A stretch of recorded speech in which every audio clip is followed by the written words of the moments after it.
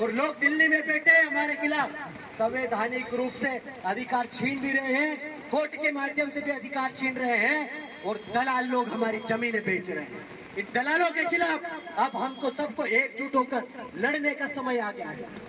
पूर्व वक्ताओं ने बहुत सारी चीजें बोली है। हमारे जिले के कद्दावर आदिवासी नेता महेश भाई काका पटेल ने भी बोला है कि अब हमें हथियार लेने की जरूरत है। वास्तव में ये बात सच है कि पहले हमारे बुजुर्ग लोग अलीराजपुर जिले में दिन में आए कि रात में आए, उनके हाथ में पालिया होता था, तीर कमान होती थी, उनके गले में गोपन होती थी। लेकिन हम लोग पढ़े लिखे लोग हो गए ना, तो हमने वो धीरे धीरे चीजें बंद करवा दी, हमने रखवा दी। लेकिन पुलिस प्रशासन क्या करता है, भगोड़े में भी कोई एक पाले लेके आता तो आर्म्स एक्ट लगाता है।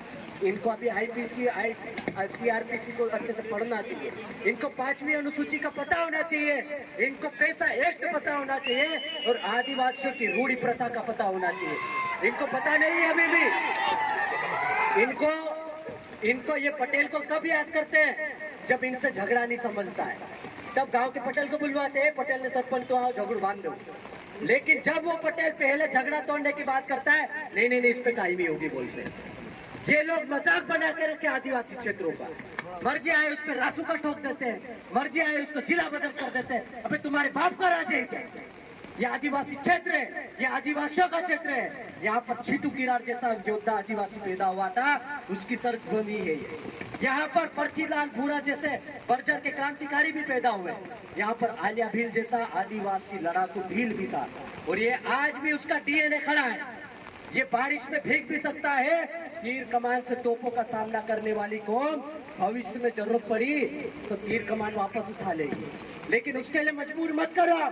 अभी हम लोग पढ़ लिख गए, हम लोग संविधान जानने लग गए, तो हम लोगों को समझाते हैं। हम गांव-गांव में जाके बैठकें करते हैं, उनको ये बोलते हैं कि हमको गोपन पाले तीर कमान को घर में रखना है, अभी कलम से लड़ना है। हमको पता है, मैं आपको उकसाना नहीं चाह रहा हूँ, मैं आपको भड़काना नहीं चाह रहा हूँ। अल्ट्राटेक में जिसकी बात हो रही थी 2 दिन पहले ही धरना हुआ था, वहां पर 2 आदिवासी समाज के मजदूर लोग मारे गए। ऐसी कंपनी जिस सीआईएल को हमारे क्षेत्र में लाने की बात की जा रही है, वैसे ही इंटरनेशनल कंपनी है, अंतर्राष्ट्रीय स्तर की अल्ट्राटेक, सबसे बड़ा एशिया का प्लांट है। अल्ट्राटेक में 32 गांव प्रभावित हुए। 2017 में हमने बहुत बड़ा आंदोलन किया था, 50, 60, 70 हजार लोग इकट्ठे हुए थे, हमने बहुत विरोध किया। वो अल्ट्राटेक फैक्ट्री हमारी छाती पे बनी, आज वहां पर हमारे लोग मजदूरी करते हुए मर रहे हैं। जब हमारे लोग गए वहां पर बात करने, तो वो फैक्ट्री वाला, वो मालिक जो मैनेजमेंट का अधिकारी था, वो बदल गया, बोले कि वो दुकान वाला वही जाने, हमारा कोई लेना देना नहीं। तो भाई कंपनी तो तुम्हारी थी। इतनी सी बात में हमारे लोगों ने थोड़ा वाद विवाद हुआ। आदिवासियों का डीएनए थोड़ा गर्म रहता है, खून थोड़ा गर्म होता है, तो उन्होंने थोड़ी सी खिंचातानी में मारधार चालू कर दी। अल्ट्राटेक में कहा जाता है कि एक दिन में 7 से 10 करोड़ का नुकसान हुआ। 3 दिनों तक वो बंद रहा। अब उस आंदोलन में, उस दौरान बात करने जो लोग गए थे, उनके ऊपर रासुका लगा दी पुलिस प्रशासन ने वहां पर। अब पुलिस प्रशासन क्या बोलता है कि हमारे ऊपर से दबाव था। तो भाई जब ऊपर से ही दबाव में काम करना है तो नौकरी क्यों कर रहे हो? नौकरी क्यों कर रहे हो? दलाली करो ना, गुलामी करो उन लोगों की।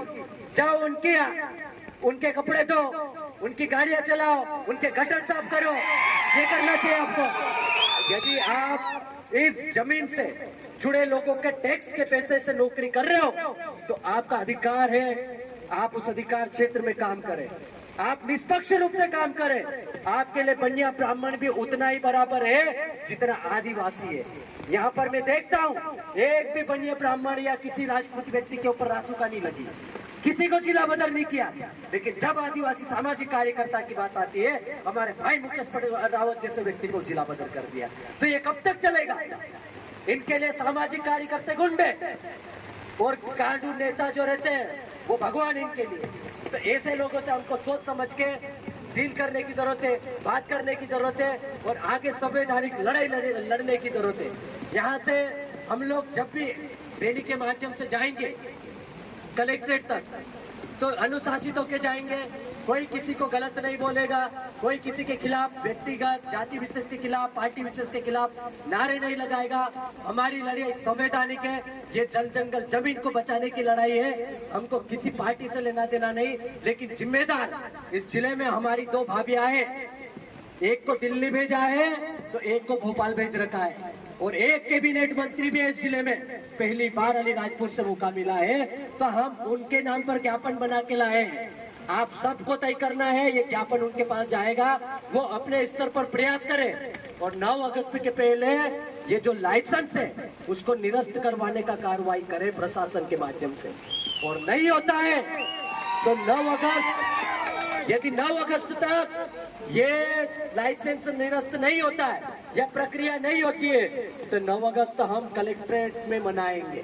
मनाएंगे कि नहीं मनाएंगे? पूरे जिले के लोग आएंगे, और जब तक, जैसे कि महेश पटेल जी ने बोला है, जब तक ये माइनिंग के जितने भी पूरे जिले के गांव की बात बता रहा हूं मैं, सिर्फ खट्टाली क्षेत्र की नहीं, सारे लाइसेंस जितने भी प्रचलित है या जितने अभी होने हैं, सभी की सभी खारिज होने चाहिए, निरस्त होने चाहिए।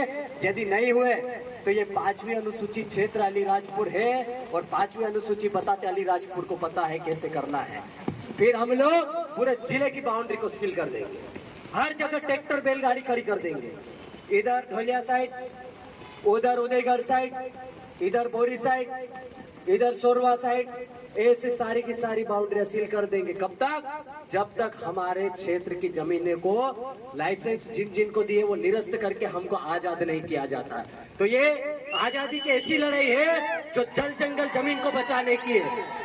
ये पार्टी के लिए नहीं है, किसी को नेता बनाने की नहीं है, और किसी को नीचा दिखाने की लड़ाई नहीं है।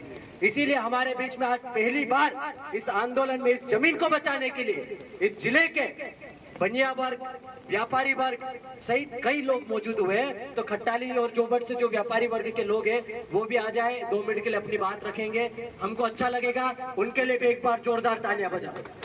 तो बहुत बहुत आप लोगों ने समय दिया, बारिश में खड़े रहे, अब समय भी काफी हो चुका है।